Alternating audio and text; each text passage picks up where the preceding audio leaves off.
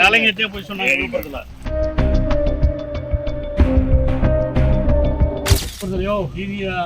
ஒன்ன மாதிரி தான் விழுப்புரத்துல சொன்னான், பஸ் ஸ்டாண்டே புது இடம் போகக்கூடாது, பழைய இடத்துல இருக்கணும். எனக்கும் தெரியும் எல்லாம். நானும் திருக்கோயிலூர்காரன் தான். கருத்தை கேளுங்க. நான் தான் சொல்றேன். விழுப்புரத்துல அவுட் ஆஃப்ல வச்சு தான் பண்ணோம்.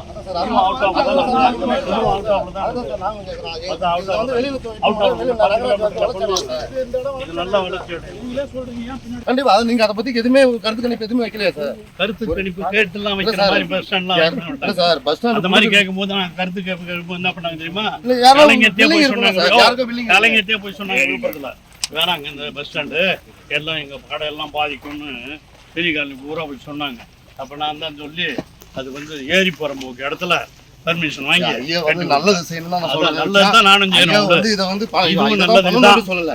இதுவும் நல்லதுக்குதான். கண்டிப்பா பாரு எப்படி இது டெவலப் ஆகுது. நமக்கு 50 ஏக்கரை வச்சு நாமளா பண்றாங்க விழுப்புரத்துல.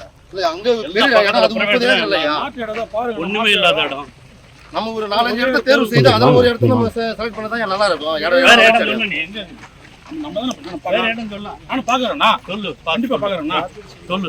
கண்டிப்பா பாக்குறேன்னா சொல்லு.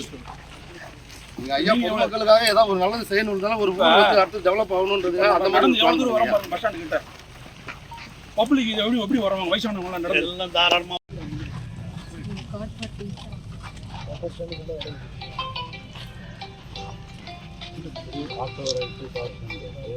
அங்கேருந்து வந்து திருவள்ளூர்லேருந்து பஸ் ஏறணும்.